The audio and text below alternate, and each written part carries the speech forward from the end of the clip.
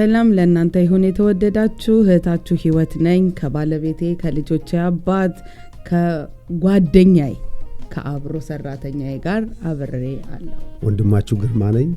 ዛሬ እንግዲህ መልካም ጊዜ እግዚአብሔር ይሰጠናል። ምናነሳው ዛሬ ስለ አንድነት ነው እና በአንድነት መካከል ስላለው በረከት በእግዚአብሔር ፊት በደንብ እናነሳለን።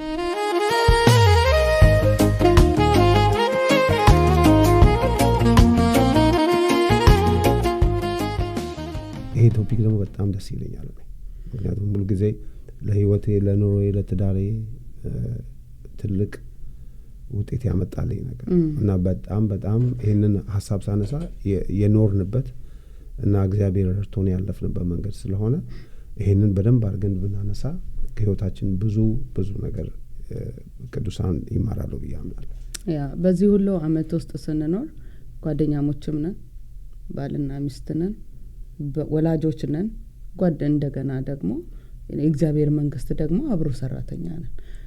ከቲኔጀርነት ነው እዚህ ጋር የደረስነውና ከሚስት ጋር አብሮ ማገልገል አንተ እንዴት ነው? ከእንደኔ አይነት ሚስት ጋር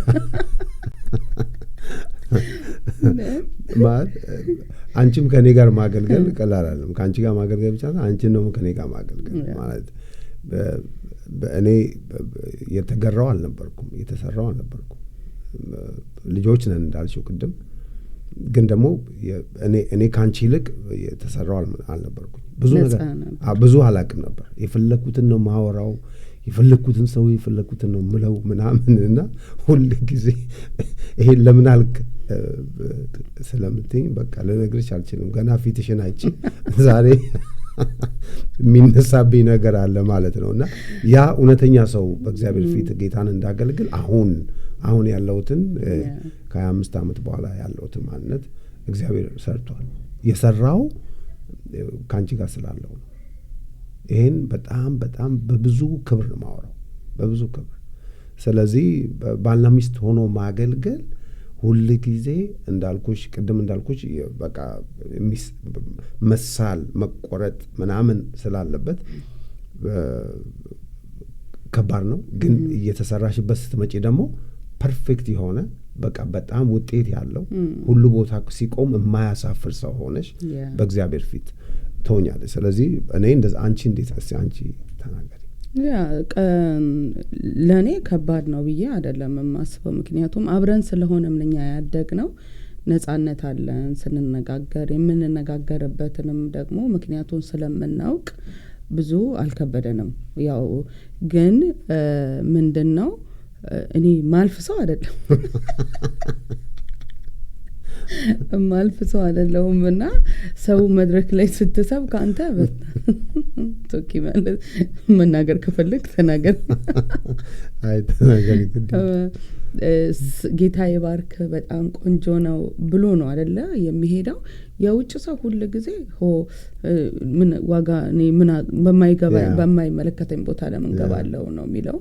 እኔ ደግሞ ከመልካም ነገሩ ላይ ብቻ ሳልሆንም ቆመው ይሄን ለምን አልክ፣ እንደዚህ ማለት አልነበረብህም፣ እንደዚህ ለምን ትላለህ እያልኩኝ ስህተት። ምክንያቱም አንተም የሚመታህ ነገር እኔንም ይመታኛል አይደለም፣ እኔን የሚመታኝ አንተን ይመታል።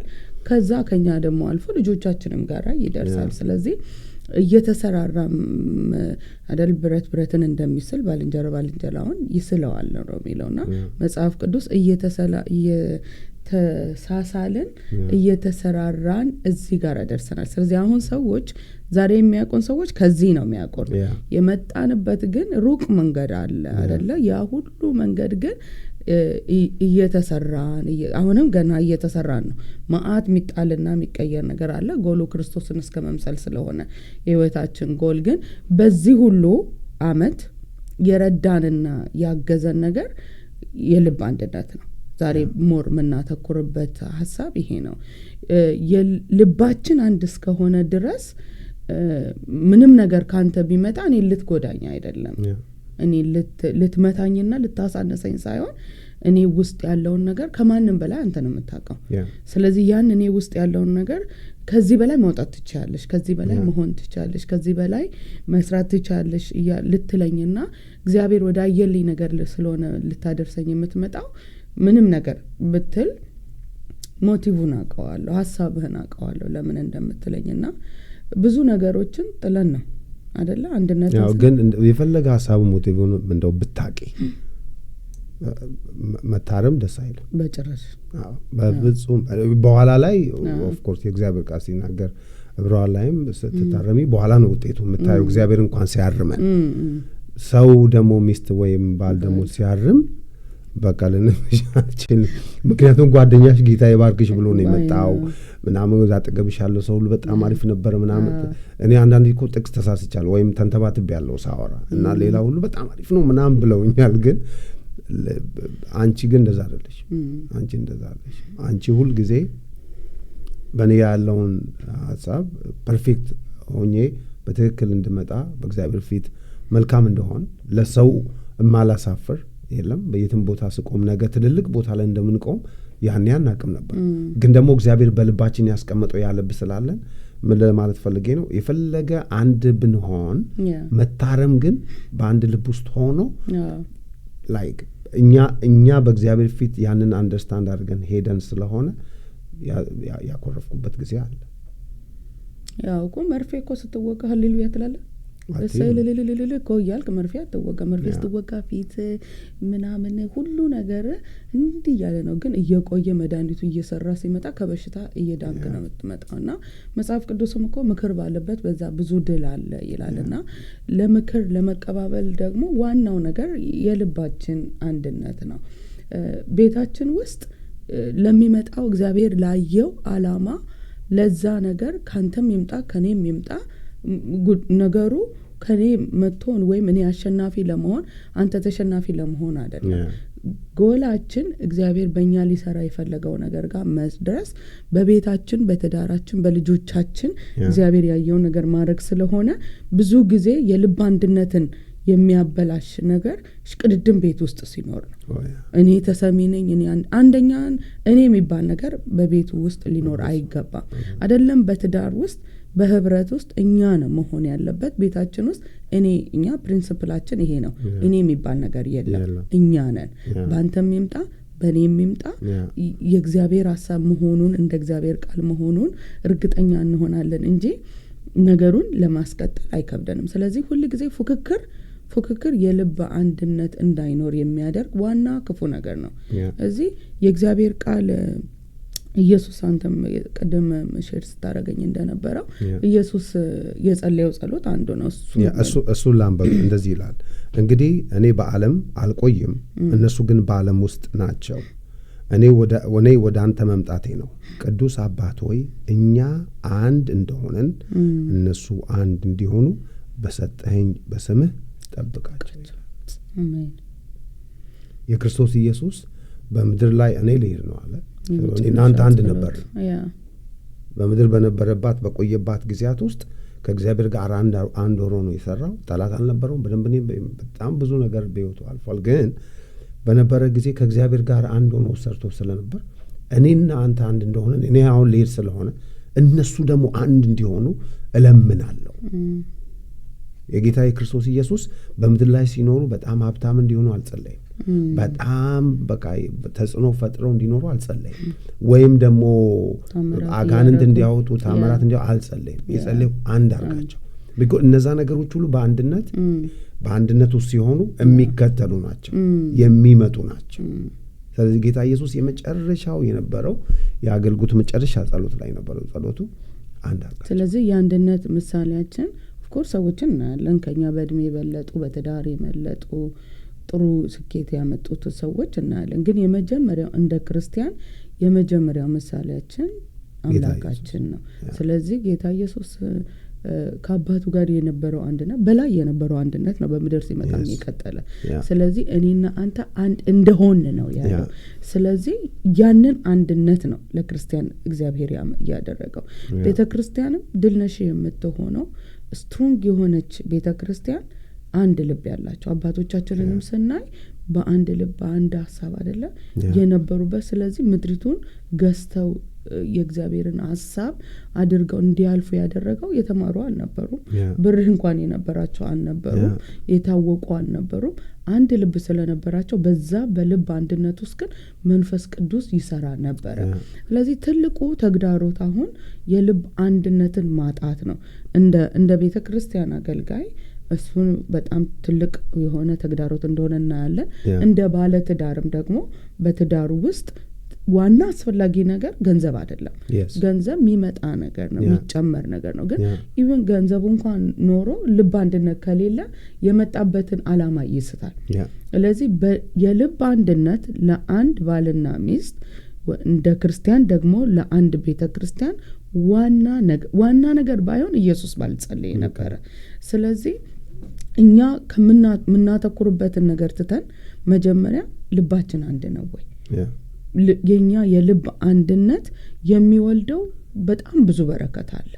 ማለት ሁለታችን ሳንስማማ አንተ በግራ አንተ እኔ በቀኝ ስንል እየተጓተትን ቤቱ አደጋ ላይ መሆን ብቻ ሳይሆን መፍረሱ አይቀርም።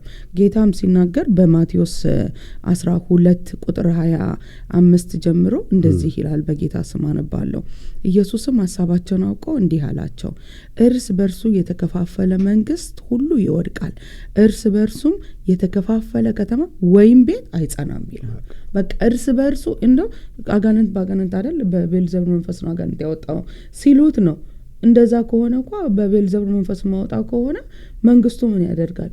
አይጸናም ይያለ። ስለዚህ አጋንንቶች እንኳን የሚሰሩት በአንድነት ነው።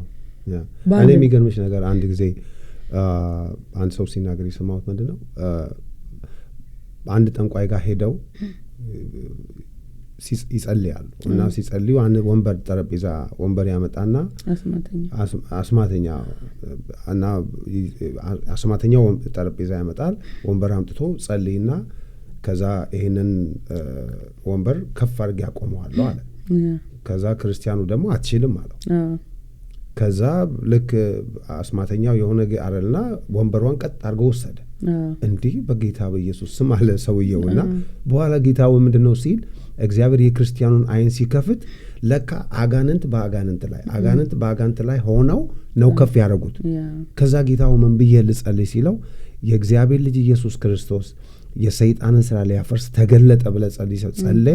ከዛ ያ ወንበር የያዙት ነው ከዛ ተከሰከሰና በጣም ብዙ ትናንሽ ሆኖ ተሰበር። ከዛ ጠንቋዩ ምን አለው? በላውን ፊክስ አድርገው እስቲ አሁን እስቲ አንድ አድርገው የተሰባበረው ነገር ምልልሽ ነው። ቅድም አንቺ እንዳልሽው አጋንንቶች በአንድ ላይ የሚሰሩ የትኛውም ነገር ለማድረግ ተለያይተዋል። ኢየሱስም ከዛ የተነሳ ነው ቤልዘቡል የሚለያይ ከሆነ መንግስቱ ይፈርሳል። ስለዚህ አጋንንቶች እንደዚህ ከሰሩ ይልቁኑ እኛ ለምንድነው ከእግዚአብሔር ጋር ማንሰራ? ምክንያቱም መጽሐፍ ቅዱስ ሲናገር አንድነት የሌለው ቤት ይፈርሳል አይጸናም ነው የሚለው። በቃ ገንዘብ የሌለው ቤት አይጸናም አላለም። ሰው የሌለው ቤት አይጸናም አላለም። ወይም ጥሩ ስራ የሌለው ቤትን የሚያጸናው ቁሳቁስ ሳይሆን የልብ አንድነት ነው። በልብ አንድነት ውስጥ ሳይኖር አንተ 16 ሰዓት ብትሰራ እኔ 16 ሰዓት ብሰራ በቤታችን የሚመጣ ምክንያቱም እግዚአብሔር የፕሪንሲፕል አምላክ ነው። እግዚአብሔር ሁሉ ጊዜ የሚሰራው በትእዛዝ ነው። እና አዳምና ሔዋንን እኮ ስናይ ሰይጣን እንኳን መጥቶ ያገኘው አንድ ላይ ሆኖ በነበረ ጊዜ አይደለም። አዳም ወደ ስራ በሄደበት ጊዜ ብቻ አብረው ባልሆኑበት ጊዜ ለይቶ ነው አይደለ? ስለዚህ ለይቶ ነው ሰይጣን አሁንም የሚሰራው። አሁንም በሰዎች ህይወት ውስጥ የሚሰራው የጠላት ሐሳብ ያው ሐሳብ ነው። እየለየ ነው። አንድ አባት ሊሞት ሲሉ ልጆቹን ሰበሰበና አንዳንድ ጭራሮ ይዛችሁ ነው አለ አባትየውና ከዛው ሁላችሁም አንድ ላይ አድርጉት አሉ። ልጆቹ አንድ ላይ ሰብስበው አንድ ላይ አደረጉ። ከዛ አንድ ላይ ካደረጉ በኋላ እስቲ ስበሩት አለ። መስበር አቃታቸው። በሉ አሁን እያንዳንዳችሁ የራሳችሁን ጭራሮ ወሰዱ አላቸው። የራሳቸውን ወሰዱ። እስቲ ስበሩ ሲል በቀላሉ ሰበሩና አባትየው ከመሞቱ በፊት ልጆቼ አንድ ከሆናችሁ እንዲህ በቀላሉ አትሰበሩ፣ ከተለያያችሁ ግን ምን ታረጋላችሁ? በቀላሉ ነገር ይሰብራችኋል። እዚህ መለያየት በትዳር ውስጥ መለያየት በቤተ ክርስቲያን ውስጥ ለጠላት እድል መስጠትና ለመሰበር ለመውደቅ እድል መስጠት ነው። ስለዚህ በህይወታችን ከምናገኘው ነገር በፊት አንድ ነን ወይ ያመኑትም አንድ ልብ አንድ ሐሳብ ነው የሚለው ነበራቸው ነው የሚለው። ስለዚህ እግዚአብሔር በህይወታችን እንዲሰራ የእግዚአብሔር በረከት በህይወታችን እንዲመጣ አንድነት ምርጫ አይደለም። አንዳንድ ነገር ምርጫ አለን፣ መርጠን ሶፋ እንገዛለን፣ መርጠን የሆነ ነገር እናረጋለን። አንድነት ግን ምርጫ አይደለም። ለመጽናት ቤታችን እንዲጸና አንድ መሆን ዋና ነገር ነው። በዚህ ሁሉ አመት 29 አመታችን ላይ እየሄድን አይደል? አሁን በዚህ ሁሉ አመት በዚህ 29 አመት ቻሌንጅ ስለጠፋ አይደለም ቤታችን እንደኛ መከራ እንደ ቴኒስ ነው ያገላበጠን ሰዎች በየቀኑ ብናነሳ እኛ የመከራ ጥሩ ምሳሌ መሆን የምንችል እኛ ነን። ብዙ አይነት መከራዎች በህይወታችን መራበን አግኝተናል። በምድር ላይ ሊሆን የሚችል መከራ ሁሉ በህይወታችን አልፏል። እንድንጸና ያደረገን ነገር ግን ገንዘብ የለንም። የሆነ ደግሞ ትልልቅ ሰዎች አጥሮ ነው የቆመልን ነገር የለም። ቀደም ስትል እንደነበረ ያስተማረንም ብዙ ሰው አልነበረም። ሁኔታ ነው እኛ እየተማርን ነው ያደግነው በትዳር ውስጥ ልጆች ሆነን ገብተንና የረዳን እስካሁን ያጸናን ደግሞ ወደፊት የሚያጸናን የልብ አንድነት ያ ምክንያቱም አሁን አንድ ሆነን ስንሄድ የሄድንባቸው መንገዶች ሁሉ ትልልቅ ውሳኔ የወሰንባቸው ጊዜያቶች አሉ። መንገዱን አናውቀው እዛ ምን እንደሚጠብቀን ወይ የምንወስደው ምንድነው አቋም የምንወስደው አቋም እዛ ምን እንደሚያደርሰን አናውቅም።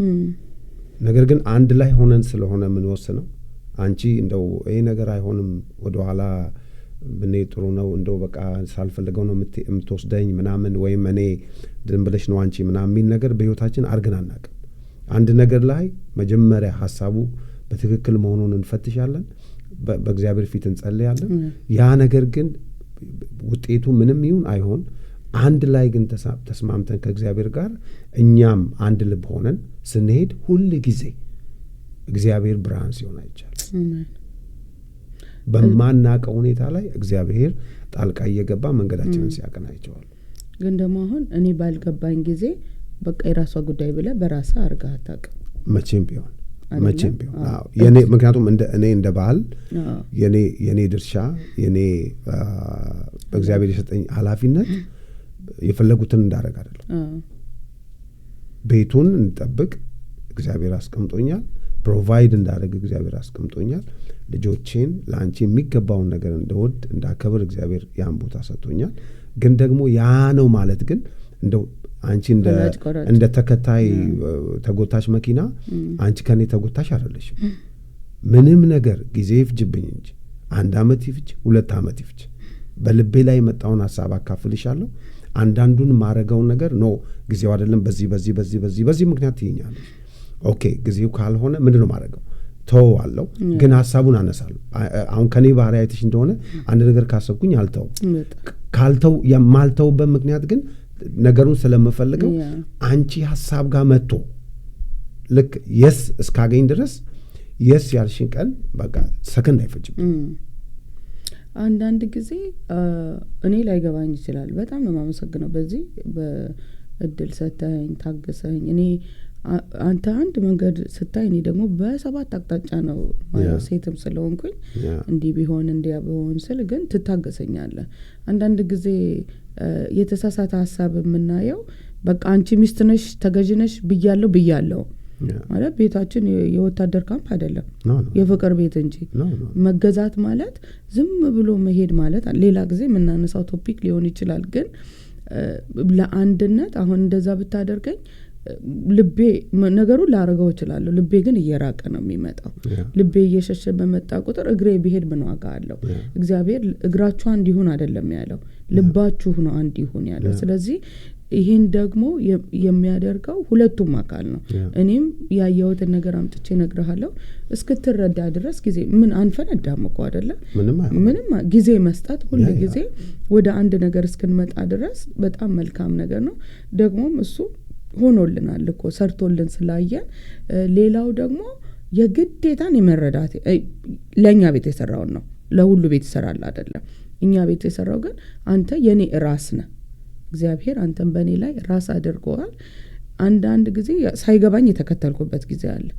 ይሄ ቢሆን ስል ነው እግዚአብሔር ብሎኛል እግዚአብሔር ይሄን ነው ያለው ይሄን እናደርጋለን ብለ ሰሚት አድርጌ በቃ አልገባኝም ግን እኔ በመገዛት ደግሞ ወይም በእሺ በማለቴ ካንተ ጋር በመስማማቴ እግዚአብሔር መልካም አድርጎልን አይተናል ማለት መፈራው ነገር ቤት ውድድር ሲሆን ነው አምባገነንነት ለትዳር በጣም ከባድ ነገር ነው ምንና መልካም አምላክ አምብላው የሆነ አምላክ ነው የእግዚአብሔር ቃል ሲናገር በክርስቶስ የነበረ ሐሳብ በእናንተ ይሁን ነው ያለው ክርስቶስ የነበረው ሐሳብ ምን ነበር አይደለ ወርዶ ፊልጵስዩስ 2 ነው የሚናገረው ከ5 በታች ሲናገር ከእግዚአብሔር ጋር መቀማማትን ሳይኮን ውድድር ፉክክር ሳይኖር ነው በፈቃዱ እሺ ብሎ ዝቅ ብሎ ባዶ ሆኖ በሰው መልክ የባሪያ መልክ ሰው መሆን ለኛ ክብር ነው ለእግዚአብሔር ልጅ ግን ሰው መሆን ባዶ መሆን ነው ካለበት ነገር ጥሎ ካለበት ነገር ባሪያ ሙሉ የውርደት ሞት የመስቀል ሞት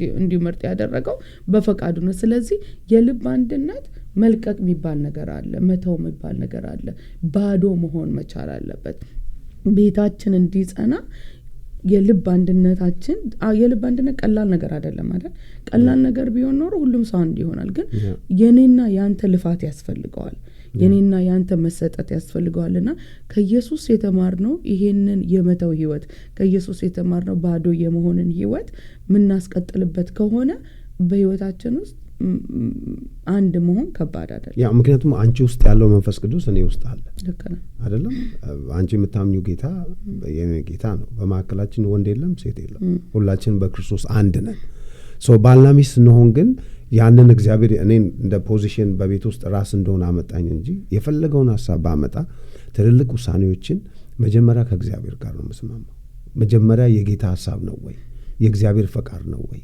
ያንን በእግዚአብሔር ፊት ከተፈተሸ በኋላ ነው ከዛ ወደ አንቺ ማመጣ ኦኬ ከዛ ምክንያቱም ያን ሐሳብ ደግሞ መንፈሳዊ ሴት ነሽ እግዚአብሔር ፊት ጊዜ ተወስጃለሽ እንመክርበታለን በደንብ እናወራለን በደንብ ከዛ ጥሩ ከሆነ እንሄዳለን ካልሆነ ለምን አይቀርም ለምን ይፈለገ ነገር ለምን አይመጣም እኔ በዛ አምናለሁ ካንቺ ጋር እስካለው ድረስ አንቺ ከኔ ጋር እስካለሽ ድረስ ነገ ሌላ ውጤት ውስጥ እንደምገባ አውቃለሁ የረፈደ ነገር የለም በአንድነት ሆኖ መንቀሳቀስ ምንም ነገር ውስጥ አያስረፍደንም እንደውም እንድንፈጥን ያደርገናል እንደውም በጣም ፈጥነን እግዚአብሔር ወደ ሐላው ሐሳብ እንድንገባ ያደርገናል ጌታ ኢየሱስ ያለው ሐዋርያት ሥራ ምዕራፍ 2 ላይ ሂዱና በቃ ጠብቁ መንፈስ ቅዱስ እናንተ ላይ ይመጣል ሂዱና በአንድ ልብ ሁኑና ጠብቁ በአንድ ሐሳብ በአንድ ልብ ሆናችሁ እነሱ ደግሞ በጣም ከሐዋርያት ብዙ ልንማር የሚገባው የእግዚአብሔር ሐሳብ በሕይወታቸው የሰራበት ምክንያት ሁሉም ሐዋርያት ምዕራፍ 2 ቁጥር 1 ላይ በአንድ ልብ ሆነው ሲጸልዩ ምንም አይነት ምን እንደሚሆን አያውቁም ምን እንደሚፈጠር አያውቁም ነገሩ በእግዚአብሔር እጅ ነው እኛ አንድ ነን ማለት እንፈጥራለን ማለት አይደለም እግዚአብሔር እንዲሰራ ነው የምንመቸው እግዚአብሔር እንዲያደርግ ነው የምንመቸው አይሽ ከተለያየን ግን አይኖርም እግዚአብሔር አንቺ በሌላ በኩል ትያለሽ እኔም በሌላ በኩል ስለዚህ መጽሐፍ ቅዱስ በአንድነት ሆኖ ሲጸል ድንገት ነው የሚለው አይሽ ድንገት በረከት ድንገት ስኬት ድንገት እግዚአብሔር ያሰበው በአንድ ልብ ሆነን ስንመጣ እግዚአብሔር ውጤትን ሁሉ ጊዜ በህይወታችን ላይ ያመጣል ስለዚህ ሁሉ ጊዜ አንቺ እንዳልችው እኔ ምተው ብዙ ነገር አለ ለዚህ በረከት ሰል ፈልጌ አውቄ ፐርፐዝሊ ለዛ እግዚአብሔር ለጠራኝ ለዛ አንድነት ቤቴን ለመጠበቅ ብዙ ነገር እተዋለሁ አንድነትን አሁን የሚያጠፋው ሌላው ነገር ደግሞ ለምሳሌ አንተ ቤተሰብ አለህ እኔም ቤተሰብ አለኝ ጓደኛ አለኝ ከሚስት ጋር ከመመካከር ይልቅ ከጓደኛ ጋር ወይ ከቤተሰብ ጋር መክሮ በቃ ከዛ ዲሲሽኑን መጥቶ ለሚስት ይነገራል ወይ ደግሞ ለባል ይነገራል ይሄ መጽሐፍ ቅዱስ ህገ ወጥ ነው ቮልካኖ በቤት ውስጥ ከምሬ ነው ማለት ቮልካኖ የቱ ጋር እንደሚፈነዳ አታውቅም ቤተሰብ በትዳር መካከል እግዚአብሔር ይመስገን ስለ ቤተሰቦቻችን እግዚአብሔር ስለወለዱን አንቺና እኔ የተጋባ ነው ግን ከተጋባን በኋላ ግን ከእግዚአብሔር ጋር ነው መቀጠል ያለብን ካንቺ ጋር ነው መቀጠል ያለብን ሐሳቤን ልቤን ፈቃዴን ምንም አይነት ከዛ የሚመጣ ወደዚህ በጣም ከባድ ነው ምክር እንሰማለን ያ እኮ ምክር ግን አንቺን ብቻ የተመከርሽ ምትመጪ ከሆነ እኔ ብቻ የተመከርኩ መጣ ከሆነ እኮ እሱ ነው ቮልካኖ የሚሆነው አይገናኝም ከዛ አንድ ቀን ቤት ውስጥ ትልቅ ፍንዳታ ይሆናል ስለዚህ ሁሉ ጊዜ በትዳር ውስጥ ቤተሰብ በምክር ጣልቃ የሚገባ ከሆነ ወንድ ልጅ ሄዶ አባቱን እናቱን እያማከረ ወይም ደግሞ እቱን እያማከረ ወይ አጎቱን እያማከረ መቶ ቤቴ ልምራ ሚል ከሆነ በቀኝ በኩል ሂድ በግራ አይመችም ሚል ከሆነ ስለዚህ በተዘዋዋሪ ቤቱን የሚመሩት ከጀርባ ያሉ ሰዎች ናቸው። ስለዚህ ቤት ውስጥ ያለችው ሴት ወጥ ሰሪ ወይም የሆነ ነገር አድራጊ አይደለችም። እግዚአብሔር የሰጠው መልካም ረዳት ናት እኮ አይደለ? ረዳት እኮ ስራ ስላለ ነው። ያለ ረዳት ማይደረስበት ቦታ ስላለ ነው። ስለዚህ ለህብረታችን ለልብ አንድነታችን እንቅፋት የሚሆን ነገር መካከል መክብብ 4 ላይ እግዚአብሔር ነው ሶስተኛ መሆን ያለበት። በሶስት የተገመደ ገመድ የሚለው ቃል የሚለው በትዳር መካከል እግዚአብሔር ነው ሶስተኛ መጨመር ያለበት እንጂ ምክር ጥሩ ነው ሐሳብ መጠየቅ እንዴት ይሆናል ብሎ ግን የመጨረሻውን ውሳኔ ባልና ሚስት ነው በአንድ ልብ ሆኖ መወሰን ያለበት። በአንድ ልብ ሆነን እኔ እናንተ ከወሰን ውጤቱ ምንም ይሁን ምን እኩል ነው የምንካፈለው። አየ አሁን ውጤቱ ጥሩ ከሆነ የኛ የልፋት ውጤት ነው። ስለዚህ ደስታው ያንተ ብቻ አይሆንም የኔ ብቻ አይሆንም የሁለታችንም ደስታ ነው። ውጤቱ ደግሞ መጥፎ ሊሆን ይችላል። ሁሌ ያሰበው እኮ የሚሳካለት እግዚአብሔር ብቻ ነው። ሁሌ ያሰብነው መልካም ይሆናል ማለት አይደለም። አብረን ግን አስበን ሁለቱ መልካም ባይሆን እንኳን የሚመጣው ኪሳራ ለማን ነው? ለሁለታችን ነው። መስማማትን ስናስብ ግን አንድ መሆንን ስናስብ እንደ እግዚአብሔር ሐሳብ ብቻ ነው አንድ መሆን ያለብን። ከእግዚአብሔር ሐሳብ ውጪ አንድ የሆኑ ደግሞ ጥፋት ይዞ የሚመጣም ደግሞ አንድነት አለ አይደለ? አብርሃምና ሳራ ተስማምተው እኮ ነው ወደ አጋር የላኩት። አንድ ነበሩ። ያ አንድነት ግን እግዚአብሔር የከበረበት አንድነት ነበር። እስከ ዛሬ ድረስ ያለ ጦርነት እንደውም ስለ እስማኤል እኮ ሲናገር እስማኤል ከተባረከው በረከት አንዱ ያንተ እጅ በወንድሞች ይሆናል የወንድሞች እጅ ባንተ ላይ ይሆናል። እስከ ዛሬ ያለው ጦርነት ጌታ ኢየሱስ ክርስቶስ ሁለተኛ እስከሚመጣ ድረስ ይሄ ጦርነት እየቀጠለ ነው የሚመጣው። የሚቆም ነገር አይደለም። ኦሬዲ የዚህ ሁሉ ጥፋት የአብርሃምና የሳራ መጠበቅ አቅቷቸው በራሳቸው መጽናኛ በራሳቸው መደሰጃ መንገድ ብለው ያሰቡት መንገድ ነው። ግን የሄዱበት እስማኤል መጥቶ ንቀት ነው በሳራ ህይወት ውስጥ የመጣው። አብርሃምና ሳራ ሲጨቃጨቁ ሰምተን አናውቅም። ልክ አጋር ስታረግስ ስትንቃት ጭቅጭቅ ነው በዛ ቤት ውስጥ የመጣው። ስለዚህ እንስማማለን ስንል ግን ከዚህ ቃል ውጪ በሆነ አይደለም። የእግዚአብሔርን ሐሳብ የእግዚአብሔርን ቃልን አጌንስት የሚሆን ነገር ላይ አንተ ከኔ ጋር እንድትስማማ አልፈልግም እኔም ደግሞ ካንተ ጋር እንድስማማ መጠበቅ የለብንም። ስለዚህ በአንድነት ውስጥ የሆነ መስማማት ወይም እንደ እግዚአብሔር ቃል የሆነ መስማማት ሁሉ ጊዜ ይዞት የሚመጣው ድል ነው። ሁሉ ጊዜ ምክንያቱም አሁን እግዚአብሔር የቅድም አንቺ እንዳልሽው ምንም ነገር ሐሳብ ይምጣ ምንም ጥሩ ሐሳብ ይሆን ነገር ግን ምንድነው የሚያመጣው? አሁን ችግሩ እኛ ጋር ብቻ አይደለም። አይሽ እኔ ጋር አንቺ ብቻ የሚቀር አይደለም። ልጆች አሉ ነገሩ ወደ ልጆች ይሄዳል። ዛሬ ቅድም አንቺ እንዳልሽው አብርሃምና ሳራ ተስማሙ። ዛሬ ዋጋ የሚከፍሉት ልጆች ናቸው። እነሱ ይሉ ልጆች አሉ።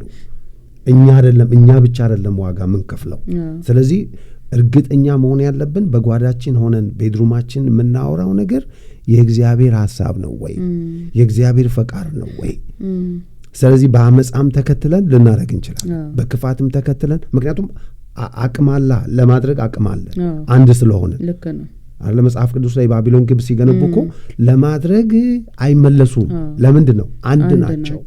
ስለዚህ ሐሳቡ መጥፎ ስለሆነ እግዚአብሔር እንዳያረጉት ቋንቋ ደባለቀ።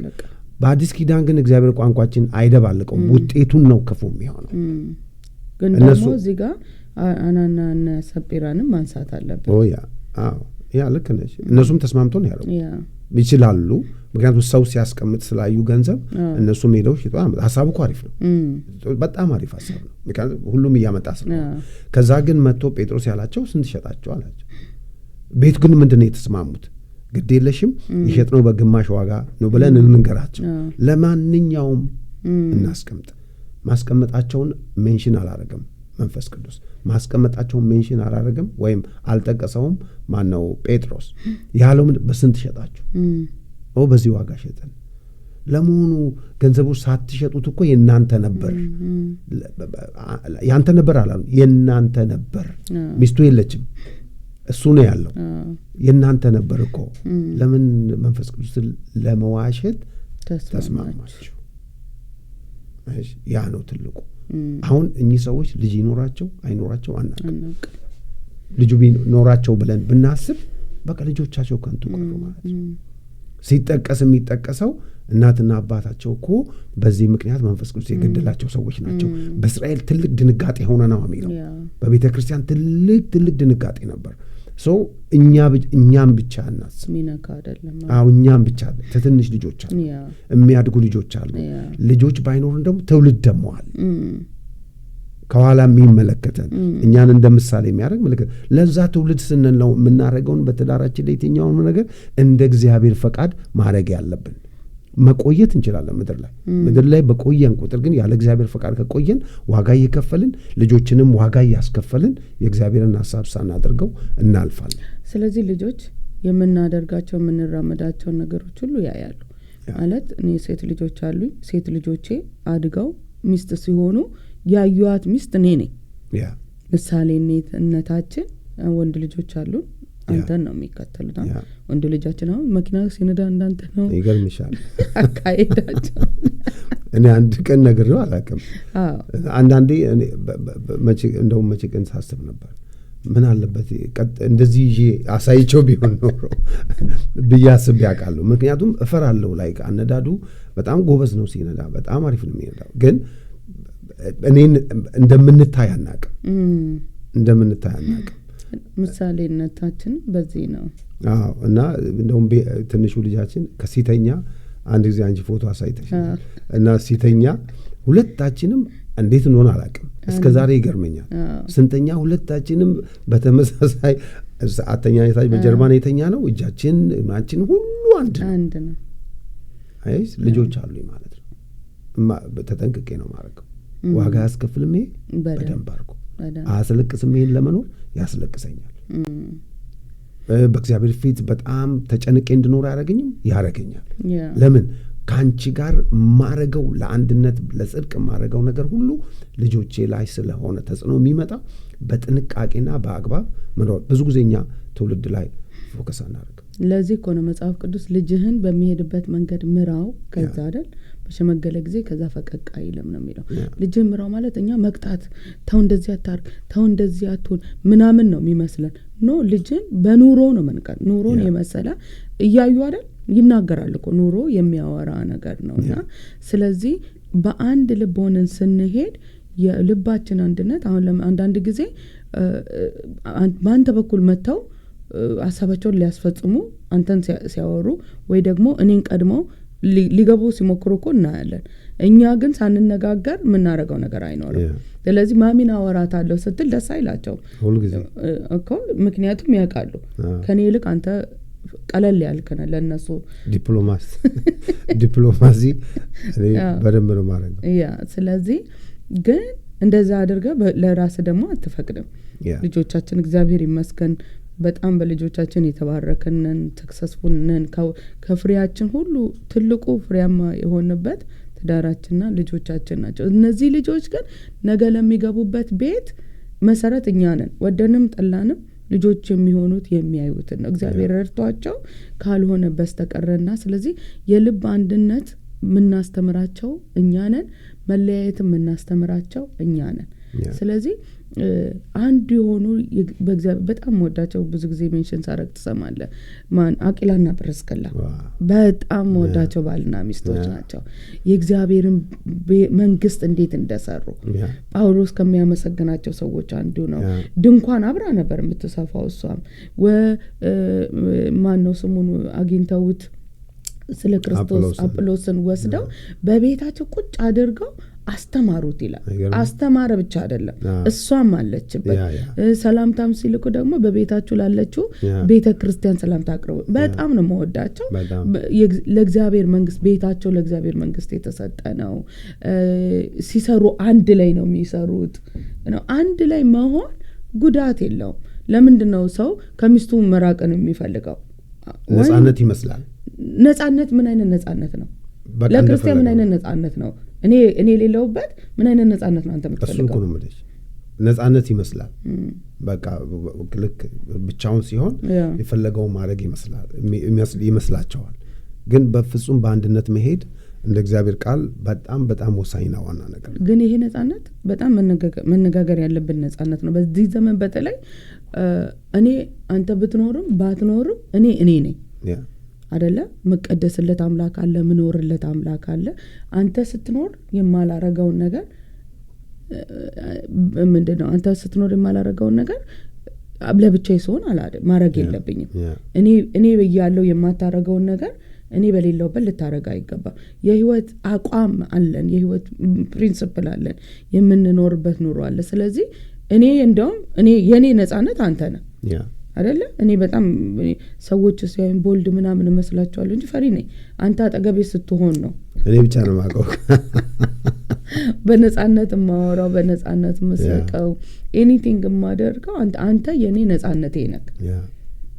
ባለ አንተና እኔ መካከል የረዳን ነው ያገዘን ያለው። ስለዚህ መጠየቅ አለበት። ነጻነት እፈልጋለሁ ስንል ምን አይነት ነጻነት ነው? ይሄ ወንጀል እንዳይኖርበት ሁሉ ጊዜ መለየትን የሚወድ ሰው የራሱ ምኞት ይከተላል ይላል።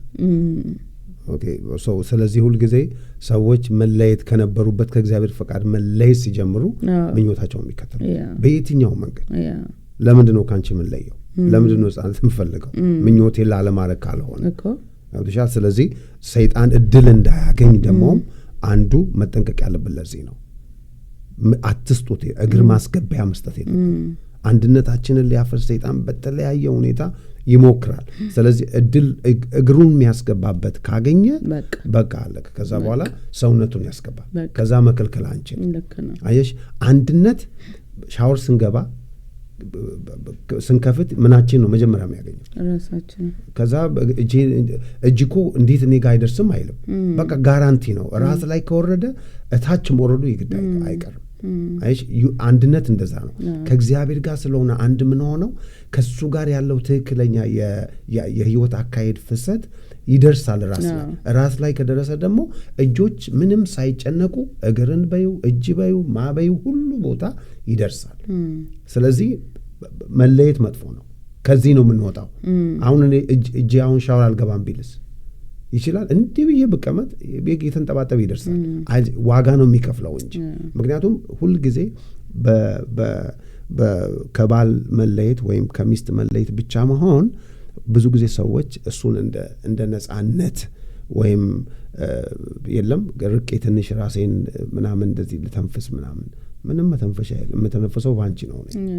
አንቺ ነሽ በእኔ የምትተነፍሽው። አይሽ ያንን መለማመድ አንፈልግም። ያንን መለማመድ አለ። እግዚአብሔር እኮ ትዳርን ይሰራልን እኮ ለስጋዊ ፍላጎታችን ብቻ አይደለም፣ ለእግዚአብሔር ዓላማም ጨምሮ ነው ዋና ጎል እሱ። ስለዚህ ያ ከሆነ ደግሞ ይግድ አብረን ተጣብቀን አብረን ሆነን አብረን እያወራን አብረን እየሄድን አብረን እየወጣን አብረን እየተመካከርን አብረን እያለን ነው መሄድ ያለብን። እዚህ እኔ ይገርመኝ ነበር ድሮ ቲቪ የለ ምን ሆነን ምንድን ነው የምናወራ የነበረው ብዬ በጣም እገረም ነበር። ምንድን ነው የምናወራው? ረዥም ሰዓት እናወራለን እና የምናወራ የነበረው ትዝ ይለኛል። የምንሆናቸውን ነገሮች የምናደርጋቸውን ነገሮች ምንም እኮ የለንም። ረዥም ሰዓት 6 ሰዓት 7 ሰዓት እናወራለን። ወይ ለምን አሁን አናረገውም? ያንን ያ ልማዳችን ነው። ለእኛውን አይከብደንም። ምክንያቱም እንደዚህ እያደረግን የመጣ ነው። እዚህ እኔ ለባልም ለሚስትም የምለው ነገር ምንድን ነው፣ አንድ ለመሆን በእግዚአብሔር ፊት ለመትጋት ከተፈለገ እንዲህ አይነት ነገሮች እኛ ልንለማመዳቸው ይገባል በእግዚአብሔር ፊት ብዬ አስባለሁ። ስለዚህ ወደ ቤታችን ሊገቡ የሚገቡ አሁን በዚህ ጊዜ ብዙ የሚገቡ ነገሮች አሉ። ቤተሰብ፣ ጓደኛ፣ ሶሻል ሚዲያ፣ ስልክ ገብቷል እኮ አሁን ባል መቶ ቴሌቪዥን አንተ ኳስ አሁን በጣም ትወዳለህ፣ ግን ቀኑን ሙሉ ብታይ ስልክን ይዘህ ብትውል ሳናቀው ክፍተት እየመጣ ከዛ ልብ እስከራቀ ድረስ መለያየቱ ቤቱ አለመጽናቱ የታወቀ ነው። እግዚአብሔር አንድ ቤት ኑሩ አይደለም ያለን፣ አንዱ ነው ያለን። አሁን ብዙ ሰው አንድ ቤት አለ ግን አንድ አይደለም። ስለዚህ በህይወታችን ውስጥ አንድ የምንሆንበት አላማችን ምንድነው ነው ዋናው አላማችን። ግን እኔ አንድ በዚህ አሁን ጥቅሱን እያወጣሽ እኔ አሁን ኳስ አያለሁ። ብዙ ጊዜ ኳስ እያየሁ እኛ ምን ደግፈው እንድትደግፊ ሁሌ ነው የምጠይቅሽ። ተቃራኒ እንድታወሪ አልፈልግም አይደለም። እኔ ብዙ ላይክ በማየት ደስ ይለኛል እንጂ በጣም ለኔ እንደ እንትን አለ። ግን ሳይ ሁልጊዜ ኢንቮልቭ አንቺ የገባሽበትን ነገር ፈልገዋል፣ በሐሳብ የመጣሽበትን ነገር ፈልገዋል እና ይገባበታል። አሁን እንደዚህ ይሆናል ምናምን ስትይ ኧረ ማሚ ተይ። ምክንያቱም አሁን ልጆቼ ቢሉ ምንም አይጨንቀኝም። ግን አንቺ ስትይ እንደ ምሳሌ ነው ይሄ እንደ ምሳሌ ኧረ ተይ ማሚ እላለሁ እና ለእኔ ኮንፈርት አይሰጠኝም። ምንም አይረባ ነገር እኮ ነው። ምንም ለህይወት አይጠቅም፣ ለትዳር አይጠቅም። ለከፊት ላይ መዝናኛ ነው። መዝናናበትን እንኳን አንድ ሆነች እንድትመጭ ይፈልጋል። ያ ዋናው ነገር ይሄ ነው። ጎላችንን አላማችንን አለመሳት ነው። ክርስቶስ ራሱን አላስደሰተም አይደለም የሚለው። በቃ ራስን ለማስደሰት አለመኖር። በቃ ራሳችንን ክደን ከሆነ የመጣንበት ይህንን ማድረግ የሚከብደን አይደለም። ግን ደግሞ የልብ አንድነት ጎሉ ምንድነው? እንደ ቤተ ክርስቲያን እንደ ባለ ትዳርም የእግዚአብሔር ቃል በሮሜ 15 ከቁጥር 5 ጀምሮ እንዲህ ይላል፣ ብርታትና መጽናናትን የሚሰጥ አምላክ ክርስቶስን ኢየሱስ ስትከተሉ በመካከላችሁ የአንድነትን መንፈስ ይስጣችሁ። ይኸውም በአንድ ልብና በአንድ አፍ ሆናችሁ የጌታችን የኢየሱስ ክርስቶስን አምላክና አባት ታከብሩ ዘንድ ነው ይላል። በቃ ትዳራችን ጎሉ፣ አገልግሎታችን ጎሉ ምንድነው? የጌታችን ኢየሱስ ክርስቶስ አምላክን ማክበር ነው። እንደ ክርስቲያን አግብቶ መውለድ፣ መኪና መግዛት፣ ቤት መግዛት፣ እነዚህ ሁሉ እየኖርን የምናደርጋቸው ነገሮች ነው። የምንኖርለት ዓላማ ግን እግዚአብሔርን ማክበር ነው። ስለዚህ ይሄንን የብርታትና መጽናትን የሚሰጥ አምላክ ክርስቶስ ኢየሱስን ስትከተሉ በመካከላችሁ የአንድነትን መንፈስ ይስጣችሁ። አንድነት ምርጫ አይደለም። አንድነት ዋና ነገር ነው። የዛሬ ቶፒካችን የሚያበቃው እዚህ ጋር ነው። በቤታችሁ፣ በትዳራችሁ፣ በአገልግሎታችሁ፣ በልጆቻችሁ ስኬታማ መሆን ከፈለጋችሁ አንድነት ምርጫ ሳይሆን ግዴታ ነው። በአንድነት ማንደርስበት ቦታ የለም። ዘመናችሁ የተባረከ ነው። እችን መልእክታችንን ደግሞ ለምትወዱት ሰው አድርሱልን። ሁል ጊዜ እንደምንለው ትባረኩበታላችሁ። እንወዳችኋለን። ዘመናችሁ የተባረከ ነው። አሜን። ተባረኩ።